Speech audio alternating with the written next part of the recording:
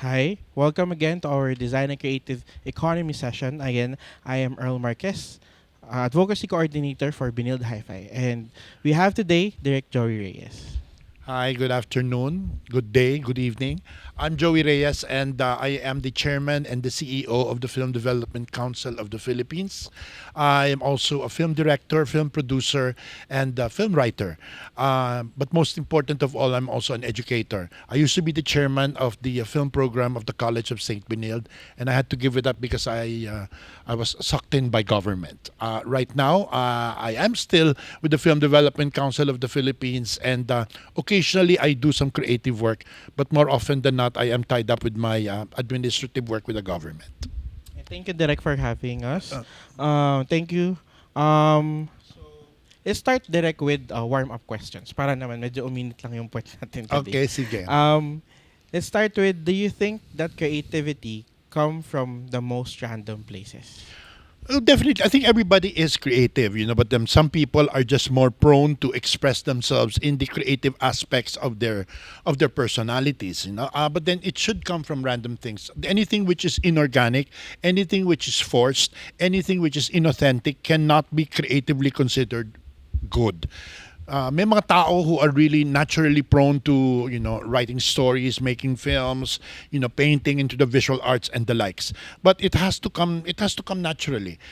Some people are more into numbers, some people are more into politics, some people are more into whatever, and there are some people who are just really susceptible for to being creative. One thing I've realized with myself is if there is a story I need to tell, I will not be at peace until I tell that story. And in what form I tell that story, it can assume, numerous ways. It could be through a film, it could be through my writing, it could be through anything. But what is important is that I bring it out, I take it out. And I guess one other creative aspect for myself is I have to be keep on doing something. I have to preoccupy myself with something. Why? Because I think I completely believe that an idle mind is a devil's workshop. When I'm doing nothing, especially during the pandemic, that is when I was my most demonic self. So in order to fill my hours, I have to be creative, and it has to be organic. I mean, siguro itanong ko na lang, hindi na lang siguro idea, pero yung ano po yung lugar ng huling idea nyo? Like, Ay, kung saan-saan. Unang-una kasi chismoso ko.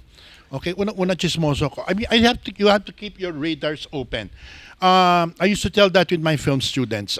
You don't need prompts, but then there are certain things which cross your mind. There are certain things that you read. There are certain experiences you encounter. There are certain stories from your friends. There are certain observations you have from life, and almost automatically you need to record and tell these stories. What was my latest? What was my latest find in being creatively triggered? Oh, you read the newspaper. You read the newspaper. Buksan mo lang ang YouTube, tignan mo lang mga comments ng tao sa Facebook, you have a million and one stories to tell. As long as your mind and your heart, okay, and your eyes and your ears are open, there's always a story to tell. I think a person who is insensitive to the world around him would not have any story to tell at all because he has shut off himself from the world.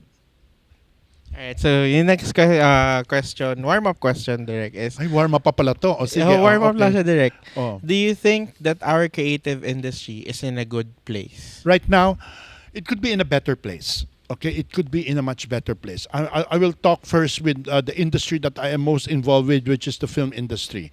Well, what the film industry in the Philippines is undergoing right now is not uniquely Filipino.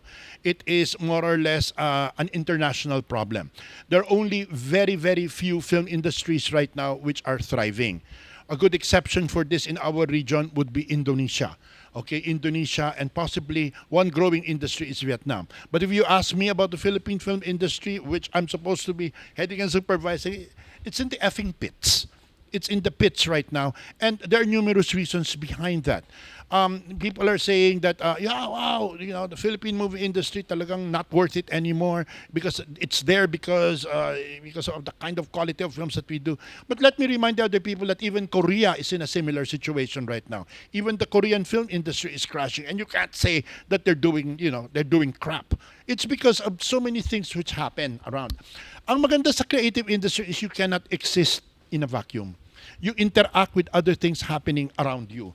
You interact with developments in technology. You interact with developments in politics. You interact with changes in values and cultures. Like as we speak right now on the 11th, is it the 11th day of March? With what's happening in West Asia, it's affecting everything that we're doing. It's even affecting, it's even affecting the way that we will be living for the next few months. And it has affected the film industry in a very visible way. How are we going to improve? Are we going to give up? No, we're not going to give up. But this is a phase. This is a phase that we all have to go through. This is called growth. I don't look at these as problems. I look at these as challenges. I think the one who can take advantage of these challenges are the ones who could foresee what is going to happen in the future as a result of everything that's happening right now. And the ones who will get left behind are the ones who give up. What do I mean by this? Right now, bagsak na bagsak ang talagang viewership ng mga Filipino movies. So what are we going to do about it? I mean, the moment you shut down the film industry, thousands of people will lose their jobs. Thousands of people, not only in the film industry, but in ancillary professions, will lose their jobs. You have to keep abreast, and you always have to think ahead of the times. And I can give you 1,000,001 examples, but if I give you the 1,000,001 examples, Earl will be here until tomorrow morning. So I'll leave it at that. Okay. Thank you, Derek. So, moving forward, sir, yung next natin is Warm up pa to. warm up. Last na to, Okay. sir. Okay. And then real questions na. What is the most Filipino creative thing you've seen recently that made you think this deserves a global attention? Okay. June Lana's About Us But Not About Us. Okay, it's a very small movie which I think has been brilliantly done. And maybe if I look around the kids in this room, not one of you have seen it. Okay, it's a very good film because it challenges the whole idea of film language. It's about two people talking in a cafe. It was shot during the pandemic, but it was brilliantly done. Okay, it was brilliantly done. The best Filipino films need not be big production films. They need not to be multi-million peso big production films. It's all about the content. It's all about the narrative. It's all about the use of the film language. And I told June Lana when I bumped into him, I told him I told him the F word. I said, F you. How could you do something as good as that? It makes me feel so envious, okay, that he was capable of doing something like that. And let that be a challenge, okay, to the younger filmmakers to be able to do something, as challenging, if not as innovative as that. Okay? So, let's move on to the actual discussion. Oh my God, na, hindi sir. pa pala yun ang real questions. Okay, Ano lang, go sir, ahead. pampainit po eh. Okay. So, you've worked already for years in the industry, sir. Shaping the Philippine creative landscape through film and storytelling. When you first entered your field, what did the creative economy look like compared today? Oh, very different. Okay, remember I entered I entered the film industry when everybody in this room were just concepts. Okay, I entered my my very first film. Okay, my very first film was in 1979. Wala pa pinapanganak dito sa mga taong around here. Even no? me, sir. Pala. Oo. Pati ba ikaw? Really? You were not born 1979? 2001 po ako, sir. Okay, that was a joke. Okay. It was so different. It was so different because life was much simpler then. Life was much. There was no World Wide Web. There was no internet. There was television. There was film. There was the recording industry. There are 3 different islands, but then the citizens of these islands would migrate from one island to another. It was so much simpler. Okay, during the 70s and especially during the 80s, Filipino films were more popular than American films shown here. I do remember that in the 1980s, Regal Films used to do 52 movies a year. Every week, may output ng movie. It was like what Indonesia is undergoing right now. There were just so many films being done at pinapanood yan ng tao because life was simpler. But things changed. ABS-CBN grew up to be an enormous empire which changed the entire aesthetics of media. Okay, when ABS-CBN became such a giant, it created a star system which was so different because it was a migration of television stars to movies. It's a migration of TV directors who became movie directors. The whole idea of what makes a good film changed because of the aesthetics of television being converted to film. And now things have changed again. Di ba? ABS-CBN has lost its franchise. It doesn't have a regular platform. They become content providers rather than becoming a major studio. Then you have the birth of YouTube. You have the birth of the microfilms, the TikTokers, the Instagram live. Everything has changed. Everything has changed, and I mean, right now, when I see the whole media landscape, I see a completely different planet from the time when I started. It was much easier during my time, mainly because it's both easier and harder. It's easier to get into the business because if you work hard and you pretend to be good, you're gonna get a job. And you're gonna have a place inside. Nowadays, you kids, nako, kawawa naman kayo. You have become so competitive. And ang bilis ng turnover. Ang bilis ng turnover. Because of the speed of technology and the accessibility, okay, of productions, because you have podcasts, hindi ba, you have the vertical series. Everybody who has a camera and a laptop can be a producer. Hindi ba? Now it's the age of influencers. Wala nang panahon namin yun. It was so much easier because the competition was talent to talent. Now it's different. Now it's popularity over talent. And that is dangerous. For me, that is dangerous. Why? Because you may be the most popular person or influencer now, but by next week, all you have to do is create a single mistake and you're canceled. Okay, so I wouldn't want to be young. No, I'd like to be young again, but then it's more dangerous to be a young professional now. I think I terrified everybody. Kinabahan lahat kami, sir. Yeah. On our first roundtable, sir, many speakers spoke about how Filipino creatives often begin with passion but later learn how the industry actually works. Looking back at your early career, what was the biggest misconception you had about sustaining a life in the creative industry? Unang-una, okay, I'll give you, do I have to give a short biographical background on what happened? I used to be a teacher. I'm still a teacher right now. Even before I graduated, I was already teaching assistant at De La Salle University. And then they finally got me to be a full-time teacher. And I was teaching 4 subjects and I was earning 2,300 pesos a month. Okay? But during that time, that was okay. Okay, that was okay. During that time, from Pasay City to Glorieta, it used to be Quad, okay? I'd spend Sunday there and then go shopping and I would have spent 50 pesos. Okay, and now, that's mission impossible, no?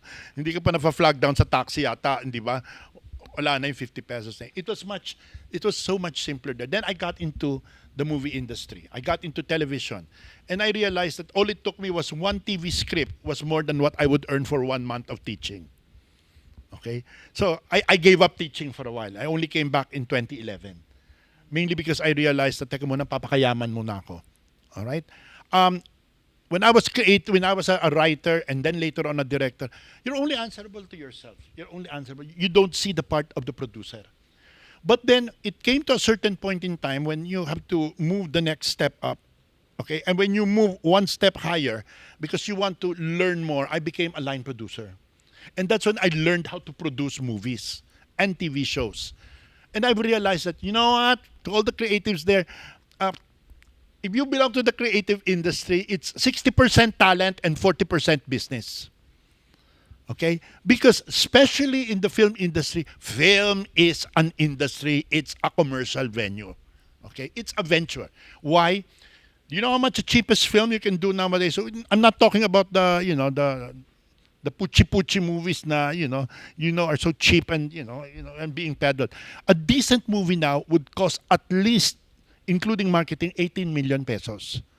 Okay? And for that 18 million peso investment, in order for you to break even, following the Philippine structure, it must earn 3 times more than that just to break even. Why? Because one third will go to the producer, one third will go to the theater owner, and the other third goes to the government. Okay, so kailangan times three. So you'd understand why. Okay, you would understand why ang hirap gumawa ng pelikula. To make matters worse, our latest threat is when the streaming platforms came into being. The price of ticket is just too much. All right? And then the streaming platforms, there was a time na certain movie houses would charge what? 400, hindi ba? Pesos a movie ticket. Pag nag-boutique cinema ka pa, yung mga IMAX, hindi ba na, o yung may mga love seat sa sinihan, hindi ba? With popcorn and all that. Libo, gagastahin mo. Magkagasta ng libo. Magbayad ka ng 600 pesos, mag-subscribe ka sa Netflix hanggang mabulag ka sa kakapapanood. Hindi ba you can watch it to death? Hindi ba? O kaya mag-subscribe. Ako, I subscribe to Netflix, Disney Plus, Amazon.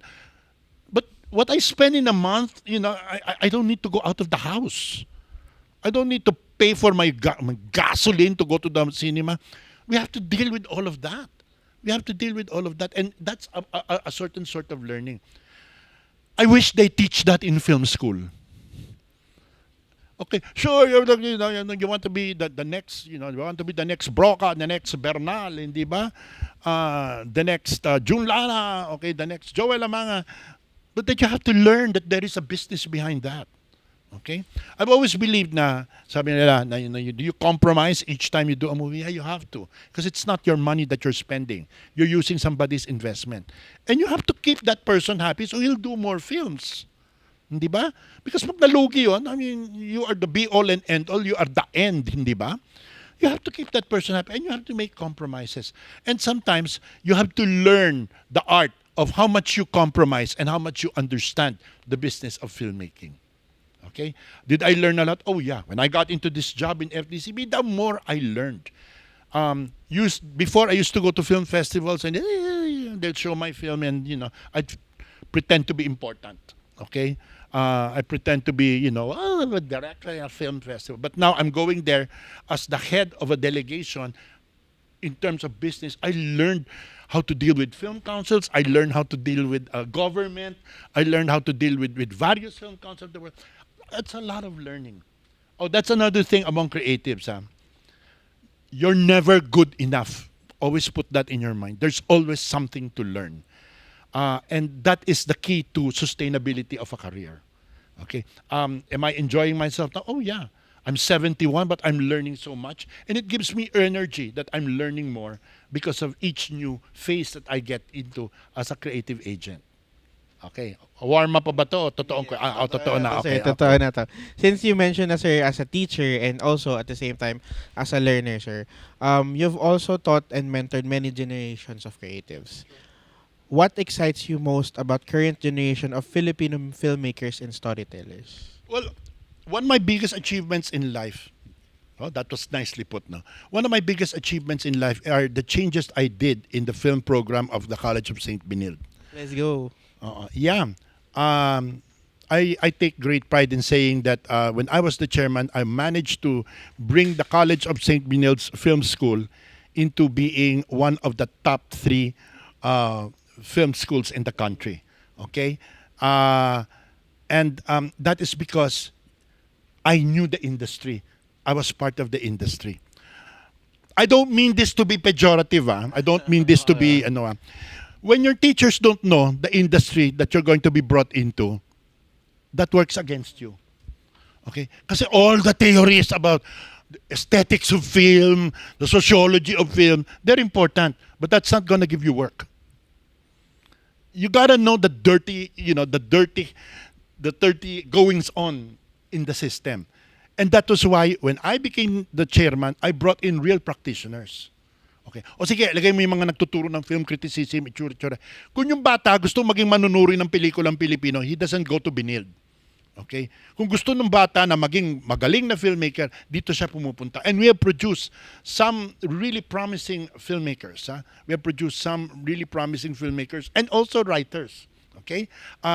In the last Cinemalaya, you had Tim Ron Villanueva coming up with Child Number 82. Gian Are has done so many rounds of film festivals. Gino Santos was or is an alumni, okay, of CSB. You'd be surprised how many writers in television who earn more than the directors are graduates of Benilde.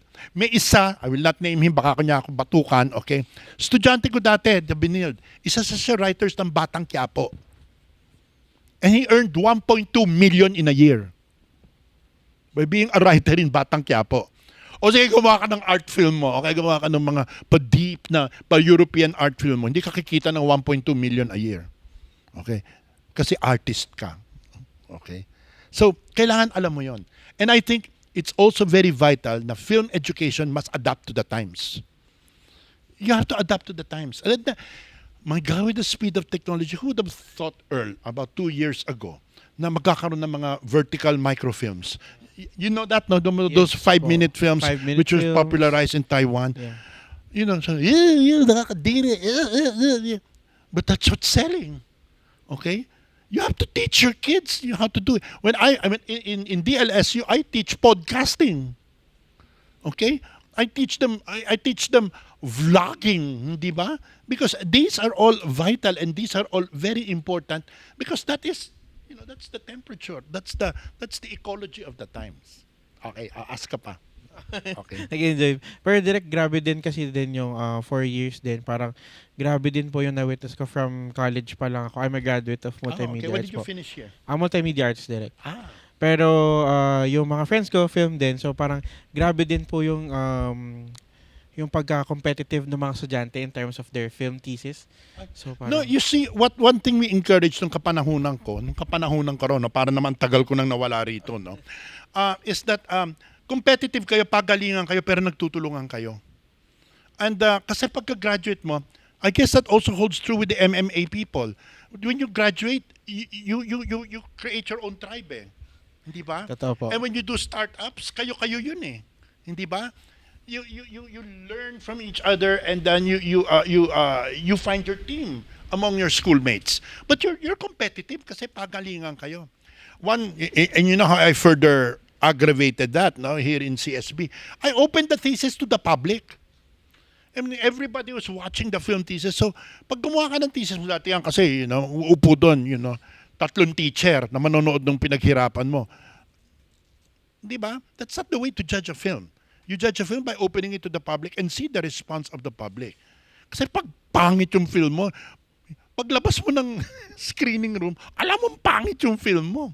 Pero pag maganda yung film mo, alam mo dahil it's an audience affirming, not merely 3 teachers. Okay? Sige pa. So yun direct, parang one of the major theme from our first roundtable was the importance of mentorship, knowledge transfer between generation of creatives. How is it important na yung mentorship is shaping the next generation of filmmakers and storytellers? Oh, so man, that is so important. It's like paying it forward. Like if I was very lucky that during my time, the mentors I had were really big time mentors. Mentors in the sense that they did not sit me down and then teach me, but then they taught by example because I was on the film set. I saw how it works, how they work. I saw the mechanism of how these things work, how to run a film, how to direct a film. And you have to pay it forward. Because if people did not give you a chance, then you would not have reached where you got at this moment. And I felt it is an obligation on my part. It's my duty to pass it on to the next generation and hope that the next generation will even be better than my generation, which I am sure that they will be. During my generation, who were my mentors? They were national artists. Lino Broca, Ismael Bernal, Marilu Abaya. And then who was the director who started and gave me a sense of respectability? It was Peke Galiaga in Oro Plata Mata. He made me write Oro Plata Mata. So you need to do that also with the next generation, and that's why a lot of the programs of the Film Development Council is geared towards education, towards education not only of film students but also of film teachers as well as the film audience. And that's why I can't stop teaching, because I think the greater fulfillment on my part is not being the best director, but being the best teacher in order to see the next generation creating works which have the potential of being better than you. Pero grabe nga din direct na I've witnessed yung last year from Creative Industries Month. So there are a lot of programs on archiving and the ethics. And recently kaka-launch lang ng Cinematique also. Yeah. So which is very good for audience to experience, di ba direct? Yeah, because well, the Cinematheque serves various purposes aside from screenings. Isang ginagawa namin, Earl, tuwing pumupunta kami sa mga film festival is may kasama kami, ang kanyang job is for acquisitions. Ina-acquire niya ang license to show films in this country for 3 to 7 years. Yun yung mga films na alam namin hindi kukunin ng mga commercial distributors. Ang ginagawa namin, dinadala namin dito and we show them in Cinematheque. And we have a program called World Cinema. Kung mahilig ka sa pelikula o kaya meron lang kumaladkad kayo sa iyo para manood ng pelikula na hindi usually pinapanood, yun gagagawan nyo ng FDCP. Okay? At saka hindi lang yun. We relaunched the new Cinematheque Manila in the Philippine Film Heritage Building where the Office of the Film Development Council is located. Pero meron pang 4 na Cinematheque. Okay? Yeah, may 4 pa. Meron sa Iloilo, meron sa Bacolod, meron sa Davao, at meron sa Nabunturan. And right now, we are working on a new one in another province, and then hopefully by the time I step down from FDCP, I would have opened at least 2 more Cinematheques. Why? Hindi lang naman ang Pilipinong mahilig sa pelikula nasa Maynila. You have to give a chance to the people of Cebu, the people of Bacolod, the people of Davao, because the filmmakers in those provinces have stories to tell which are so different from the stories, okay, that the Manila kids would tell. Alam mo, kitang-kita namin pag may film competition, alam mo taga-Binil dito. Pag nakita mo yung pelikula. Pero kapag nakita mo yung pelikulang ginawa ng taga Davao, o kaya taga Iloilo, taga Bacolod, na not only because they were speaking in Ilonggo or whatever dialect they're speaking, but iba yung level ng kwento nila. Iba yung level ng kwento nila. Kasi hindi ko sinasabing mababaw ang mga taga Maynila, pero iba yung pinaghuhugutan ng mga kabataan na lumaki sa probinsya. Iba yung problema nila. Okay? Yung problema nila hindi yung cost ng Grab. Okay? Yung problema nila, hindi yung kung paano ka tumawid papuntang St. Scholastica. Okay? Ang problema nila, mas malalim. Pero iba rin ang mga problema na pinakikita ng mga taga-Batang Maynila. Nung nagtuturo ako dito sa CSB, one time sa thesis, sabi ko, ano ba to? Lahat ng proposal tungkol sa zombie, tungkol sa, di ba, mga zombie, tungkol sa pagpapakamatay. Sabi ko, ganito na ba mga kabataan ngayon? Hindi ba? Sa probinsya, hindi yun ang mga kwento nila. Hindi ganun yung kinukwento nila. May isang kwento, ang kwento tungkol sa ninakaw na biik. Yung ito sa kanila. And how important this biik is to the family. Pero makikita mo, kwento ng biik? Pero ang daming sinabi tungkol sa lipunan. Okay? Mas maraming sinabi kaysa doon sa zombie. Okay, sige. Alright, sige. So, since education played a huge part, Derek, how should institutions evolve to better prepare creatives for economic sustainability, not just artistic excellence? 3 points. Firstly is that every academic institution must realize that the university or the college is not a safe haven just for intellectual stimulation. Okay? It must be able to, point number 2, adapt to the world around it. An academic institution or any institution, college or university that locks itself in without knowing what's happening outside will produce useless courses. Okay? Courses which are useless and will not prepare their graduates for the real world outside. And thirdly, education must be innovative. You must always be you must know what's happening around, and what is best is that you know the next step as to go about addressing it. Education has to be endlessly evolving. Education can never be stagnant because any stagnation in any academic institution leads to atrophy and eventually extinction. Schools are, I'll give a controversial statement. Schools are not there for teachers. Schools are there for students. Okay? Schools should not gratify the ego of the academic capacity of professors. or their expertise, but their expertise must service and prepare students. Tuition fees are being prepared not to anoint the egos of the people running the institution, but rather to prepare the students for the real world that faces them. And that changes endlessly and continuously. Okay? So, across film, literature, theater, and visual arts, creatives often face the tension between artistic integrity and commercial survival. So, how can creatives navigate this tension without losing the cultural value of their work? Oh, you have to decide. You have to decide on what you want to be. Okay, you have to decide on what you want to. I'll use myself as an example because I think my experience best encapsulates what I want to say. There are a lot of films that I did for a living, but there are a lot of films that I did because I had to do them. Um, it's always a case of survival. When you are a film director, you're not only answerable for yourself, but there are people around you who depend on you for their livelihood. And have I done bad movies? Oh yeah, I've done a lot of bad movies. But I did those bad movies mainly because I needed to do them in order to sustain a career. But you have to eventually liberate yourself. Uh, you have to eventually redeem yourself by doing films which are really close to your heart. I'll give another example.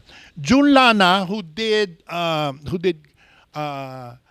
what is this? Call Me, and The Breadwinner Is, as well as Call Me Mother, is the same June Lana that did uh,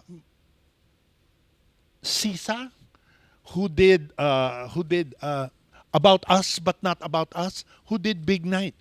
So there are a lot of compromises that you have to do along the way. Now, if you don't want to compromise, that's fine. That's fine. But you just have to make sure that you know where you're going and just how far you will go. Um, I respect filmmakers who refuse to compromise, but then they've decided to become purely artists. Okay? But then pure artistry does not sustain itself in a world of commercial viability. Okay? So you have to learn to balance. You have to learn. And there is nothing wrong with that. To everybody listening, there is nothing wrong with something commercial. What is wrong is you did crap as commercial. Okay? You can do very, very good commercial films. An example, Irene Villamore's The Beloved, which is just showing, or The Loved One rather. Maganda siya, but it's commercial. Okay? It doesn't mean that if it caters to a big audience that, yeah, commercial siya. Wala. No, no, no. They're good commercial films. And you should know how to balance. Okay, go ahead. Kailan po yung time na, kunwari ako, filmmaker, na time na, ay, I should do commercial or I should do Ay naku, pag when your bills come, okay, when your bills come, totoong buhay na talaga. pag yung totoong buhay ay gumising sa'yo, kapag nagbabayad ka na ng kuryente at kailangan mo pumunta sa grocery para bumili ng toilet paper, sabi mo, ay, it's time to do something commercial. You know, you remind me of a student of mine, a director. Kamukha mo si Tim Ron Villanueva. Google it. Sige, okay. Sige, oh. So, Direk, parang in the Philippines kasi, for years din naman na nasa FDCP kayo, sir. And Hindi I've been naman ganun following- karami. 2 years pa lang ako. Grabe ka I naman. mean, sir, Oh, dun sa length na yon, I've been following FDCP and nakita ko pa yung growth na, hala, ngayon sobrang dami ng I like startups, may mga funding sa government. Ngayon, it's like FDCP, you're providing a lot of opportunities to films. So, what do that like change? Parang sa tingin natin, how does it change the film industry? Oh, a lot. Example, may film na nakuha sa isang film festival. Let's say may film na nakuha sa Berlin. Tutulungan namin yung filmmaker na makapunta sa Berlin. Tutulungan namin, bigyan sila namin ng pera para sa kanyang transportation. Okay?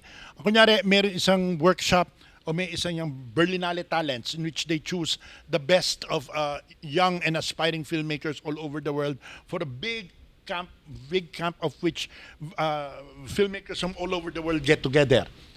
We're gonna help finance you to go there. Okay, and then for instance, we give grants for co-productions. We give grants for local productions. We even give grants to student thesis. We even give grants to student thesis because I that was my project because I realized nowadays, on average, film thesis dito ng film student will cost from 120 to 150,000. Hindi ba? You're not gonna, you have to help, especially if it's good. So, it's very, very important that the government helps the next generation of filmmakers, and at the same time opens avenues for the world to see the quality and caliber of Filipino films. Sabi kasi recently parang kami kasi in Hi-Fi, so we research for fundings. So nung nakita ko sa FDCP, grabe sobrang dami ding fundings na iba-ibang sector of the co-production for students, which is I think super helpful for students to start bootstrap. Pero alam mo, it's not that easy kasi like this year, ang budget cut namin, grabe. Ang budget cut is grabe because the government is downsizing its expenditures. Pero Earl, we used to get extra income because I do a song and dance number with senators and congressmen, and they ask for extra funds, no? But they were called insertions, which has now become a bad word. Okay, because of the flood control scandal. Now there are no more insertions. Kaya talagang super hirap na hirap kami.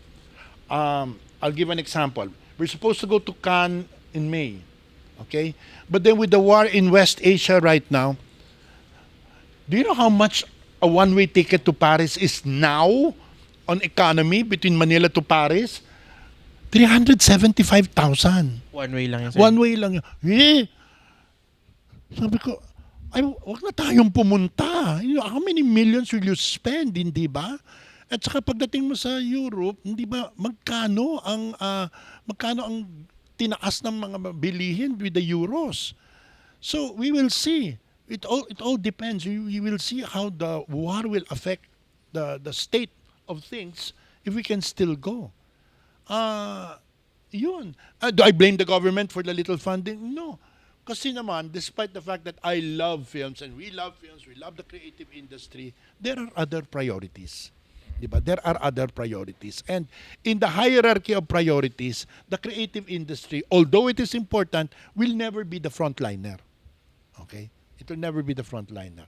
Go ahead, Earl. Next question. Since you, in the lens of a practitioner, a director, a teacher, and as a representative of the Philippine Creative Industry Development Council, kunwari mangangarap tayo direct in 10 years in assessing the Philippine creative economy, what measurable change would tell you we designed it right? Okay, firstly, we have to think globally. I think one big measure natin, and this is for everybody. Ang Pilipino, I'll give an example lang. About last year or 2 years ago, there was a film called Rewind, okay, starring Ding Dong Dantes and Marian Rivera. It was shown in the States and it made money. Okay, then there's another film, Hello Love Again, okay, with Alden and Catherine Bernardo. Oh shit, that really made a lot of money. They showed it in the States and it became number 8 in the top grossing films in the States. It just goes to show how many Filipinos there are in the United States. So sabi ko, look, if you think and you make films, you have to think globally as well. Palakpak tayo, tumatumbling ang mga producer dahil nga nag 1 billion plus ang Hello Love Again. Para bagang nagtanim ka ng gulay sa iyong backyard at ang daming gulay na hinarvest mo. Masaya ka na doon sa product ng backyard mo. Nakalimutan mo na sa likod ng backyard mo, there is an entire field all the way to the horizon which you did not plant anything. There could have been more. If you stop thinking that hanggang dito lang tayo. We have to think globally. How do I measure it in 10 years? And I keep pleading for all the producers, think globally. Kasi, unang-una, yun sa sinihan, hindi na ganun karami ang nanonood sa sinihan ngayon. Okay? Ang masa cannot afford anymore to watch movies. But if you come up with movies which have global appeal, una muna, yung mga Pilipino sa iba't ibang areas na mayroong diaspora. Okay? Then kapag all it takes is one Filipino movie to make a mark, then you would have the Bong Joon-ho who did Parasite. Hindi ba? you would be able to impress the world with the quality of your films. Okay, well, that's the big problem. Okay, that's the big problem. We limit ourselves. How come may pinalabas dito ng Thai film yung How to Make Millions Before Grandma Dies? God, that's such a regional hit. It's not only in the Philippines but the entire Southeast Asian region. It was such a big hit. And when I watched the film, sabi ko, nyeta, Filipino story to. Parang episode to na malaala mo kaya. But done well. It was very Thai, very Chinese, very Asian, but had global appeal. We have to make stories like that. Di ba? Wala eh. Ang hirap kumbinsihin ng mga producer eh. Ang kailangan kumbinsihin yung mga batang filmmakers na mas lawakan nila yung kanilang mga klase ng ginagawa. The same thing goes through to, alam mo, I feel worse, Earl. Music. Music. Philippine music. Wala man mga music people dito, puro MMA dito, no? Ako po, sir. Music ka? I have started my own startup wherein I help artists na binabalik namin yung physical distribution through technology. So we call it Music Card. So, ayun po. Ay, Gusto ko good. po marinig yung... No, kasi yung mga Koreano, Diyos ko, tapat mo Pilipino dyan, lalampasuhin natin yung mga yan. Hindi ba? Koreano naman din lang sa choreography at saka hindi ba, at saka sa glutathione nila, at saka yung hindi ba kakaretoke, hindi ba? Nagpunta ka na ba sa Korea, Iho? Hindi pa. My 28-year-old friend, okay? Kayo, any of the people here, have you gone to Korea? Not yet, okay? Hindi nila kamukha, hindi mga taga-Koreano, hindi kamukha ni Kim Tae-young o kaya ni Park Seo-joon, okay? Hindi sila kamukha ni Jungkook, okay? Pagtingin mo, sabi ko, nung nagko sa Korea ako, asan yung mga yun? Okay, sabi ko. Kasi pare-pareho mukha nila. Okay? Pagkanta, I mean, true, there are talented artists like Jungkook whose vocals are so good, hindi ba? Pero, ang hanip sa Korea yung discipline ng kanilang performance level, hindi ba? Yung kanilang showmanship, Blackpink, hindi ba? Tayo, punyeta, pabiriti mo lang ang Pilipino, tulala ang mundo. Hindi ba? Merong pinag-compare si Celine Dion at saka si Charisse when she was still Charisse. Okay? Mas magaling si Charisse. Sabi ko, but we never give a chance to the Filipino musicians. I feel so bad for the music industry. Okay? O sabihin mo na lang, yung Lola Amor or Cup of Joe, hindi ba? Mga puro alternative, ilan na nakakarinig noon na talagang available to everybody. Hindi ba? Lakihan mo yung startup mo. Okay? Soon, Direk. Soon. So, to wrap up, Direk. Ay, wrap up na. Akala ko warm up lang. Ay. Meron pa pong next episode, Direk. Meron pa. Okay, Bilang ginagawa namin to para for young creatives na magkaiba yung walls ng school and this is what's the status. What are your advices for the future filmmakers and storytellers? Okay, number one. Okay, tatlo uli yan. Number one. To start, in order to make something out of nothing is not a straight line. It's going to be difficult.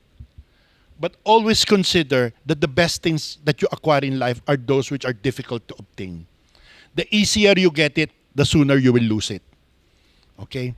You have to realize that you have to invest time, effort, energy, and always think in long term rather than in short term gratification. Secondly, always be brave. Know your voice. You cannot be the next someone. You have to be the first of who you are. In order to be successful in any creative industry, you have to be original. If you just follow a fashion, then you're just a fashion follower. You don't follow a trend, you create the trend. And you can only create the trend if you use and you're brave enough to know your voice. And then lastly and more importantly, never forget you are a Filipino. Don't ever try to be anyone else because you can only be unique with your voice if you are proud of being a Filipino. Di ba? I think a good example would be one group that amuses me, SB19. Di ba when SB19 started, they were more or less following the K-pop line. They only gained, okay, identity when they started becoming more faithful to their roots. Never forget you're a Filipino. Be brave. Break the rules. You are an artist. An artist is not created by God to follow rules. You break the rules. And it's in by breaking the rules that you create new rules for others to break in the future. If you feel that you are an artist and you've been gifted by the good Lord above with the talent to be an artist, feel blessed. But it's a big obligation. It was not given to you just because it was given to you to become a rock star. You have to make something out of it, and you have to mean and say something. And there is nothing more precious in the world, more exciting in the world than being an artist. And you know why? Artists never grow old. Great artists are immortal. You may have gone, matagal ka nang naglaho sa pisngi ng mundo, but if you have created good creative work, they will never forget you. That is immortality. And no other profession can provide you with that unless you're a criminal. Okay? O, ba't ka natulala? So, katulad ni Direk, di ba? Mag-immortal na din si Direk. Grabe ka naman. Joke Baka lang naman po. gusto mo akong mamatay. Hindi naman po. What a way to end an interview. Hindi, Direk. Baka po meron kayong gustong i-promote for FDCP or other projects. Well, we have a lot of projects with FTCP. We are actually preparing for a boot camp of Asian filmmakers who are coming over this August. Ang dami namin projects, yung lalo na yung sa Cinematheque. Okay, ang dami mga film screenings sa Cinematheque. We're bringing in directors to show their films, and then there's a talk back. And then we are sponsoring the ASEAN Film and Television Summit also in August. And then we're going to all these festivals, and we're bringing even more films which are not readily available. And if anybody there is still interested, we're showing again movies like Sentimental Value, The Secret Agent, It Was Just an Accident. These are movies we acquired from Cannes last year, and we're trying to acquire more films from the Berlin International, which we came back last month. Oh God, you guys have to see this Swiss. Itong kakatawa.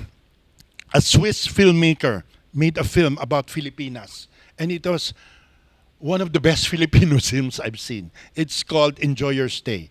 It has mga artists like I don't know, you know them, Mercedes Cabral, Ana Luna. Ang ganda-ganda. It's about illegal immigrants in Switzerland. In exploitation. Then there is Filipiniana. Ang dami. But more important, if you can have time, go to the Philippine Film Heritage Building. It's a building which is open to everybody who's interested in film, and there'll be a lot of exhibitions and exhibits and then talkbacks doon. And thank you for inviting me over. It's good to be back in what I consider one of the best homes I had in my life. Okay. Thank you, Derek. We've learned a lot. So much. I mean it's short, but at least it's a good start to conversation kasi gusto talaga namin na ma-open yung eyes ng mga young creatives. So thank you guys for watching. Stay tuned for more. Thank you. Okay, thank you.